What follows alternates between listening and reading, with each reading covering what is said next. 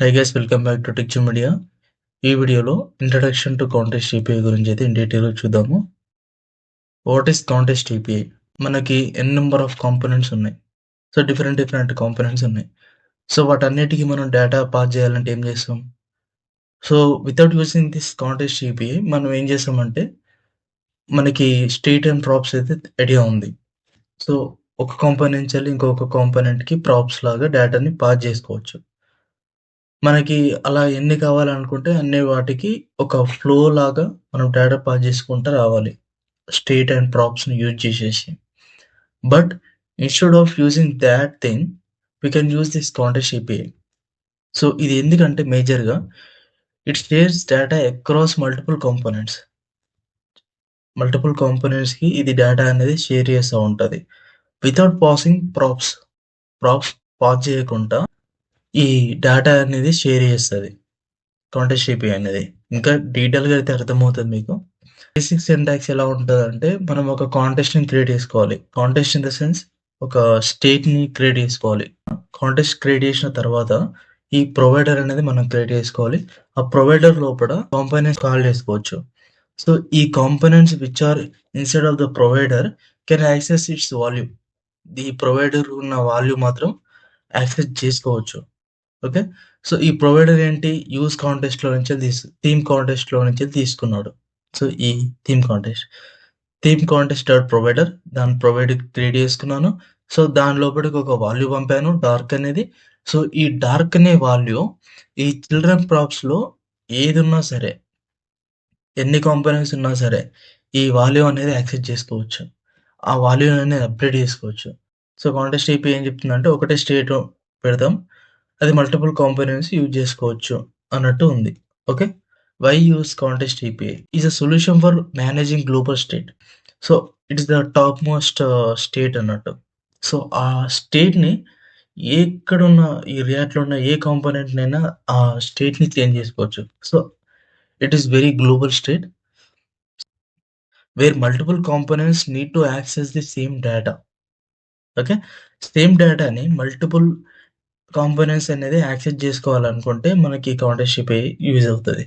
So మీకు Redux idea ఉంటే రెడక్స్‌కి కొంచెం ఆల్టర్‌నేటివ్‌గా ఉంటది. సో ఇదైతే రియాక్ట్ వాళ్ళు బిల్ట్ ఇన్‌గా ఇచ్చిన ఆప్షను.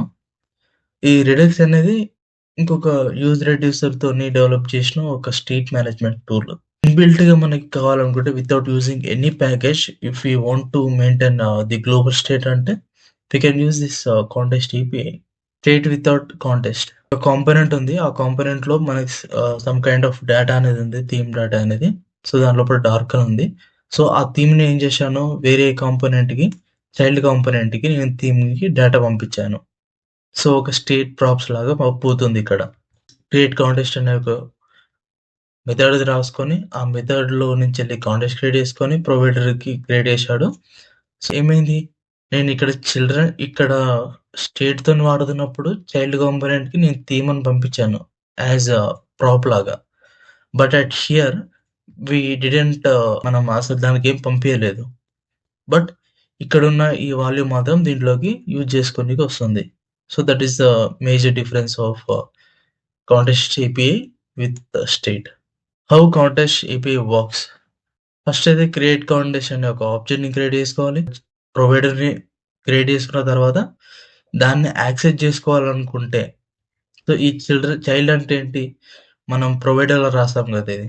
సో నేనేం జెప్పాను, ప్రొవైడర్ లోపల ఉన్న కాంపోనెంట్స్ అయితే డేటా గెట్ జేసుకుంటుంది అని జెప్పాను.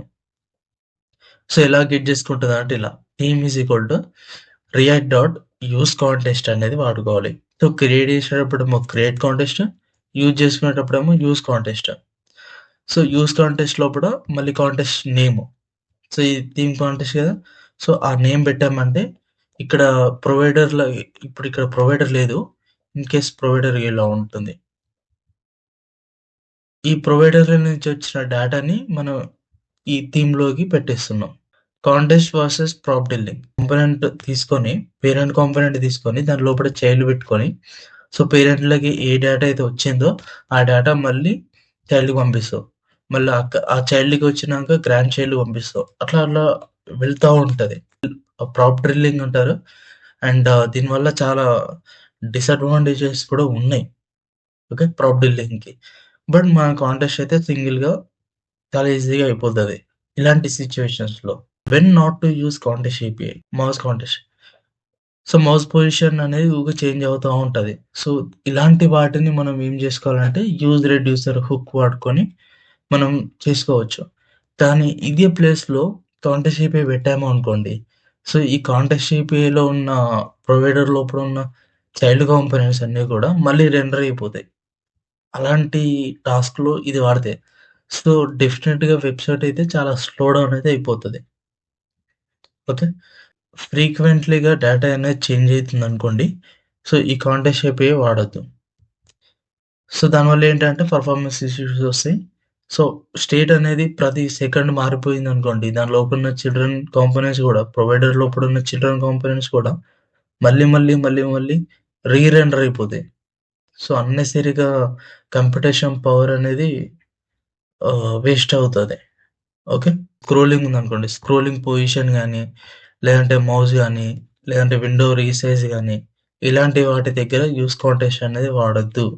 ఓకే. అండ్ నెక్స్ట్ ప్రాక్టికల్‌గా చూద్దాము. If you are not subscribed to our channel, please do subscribe and support. Thank you. Thank you so much.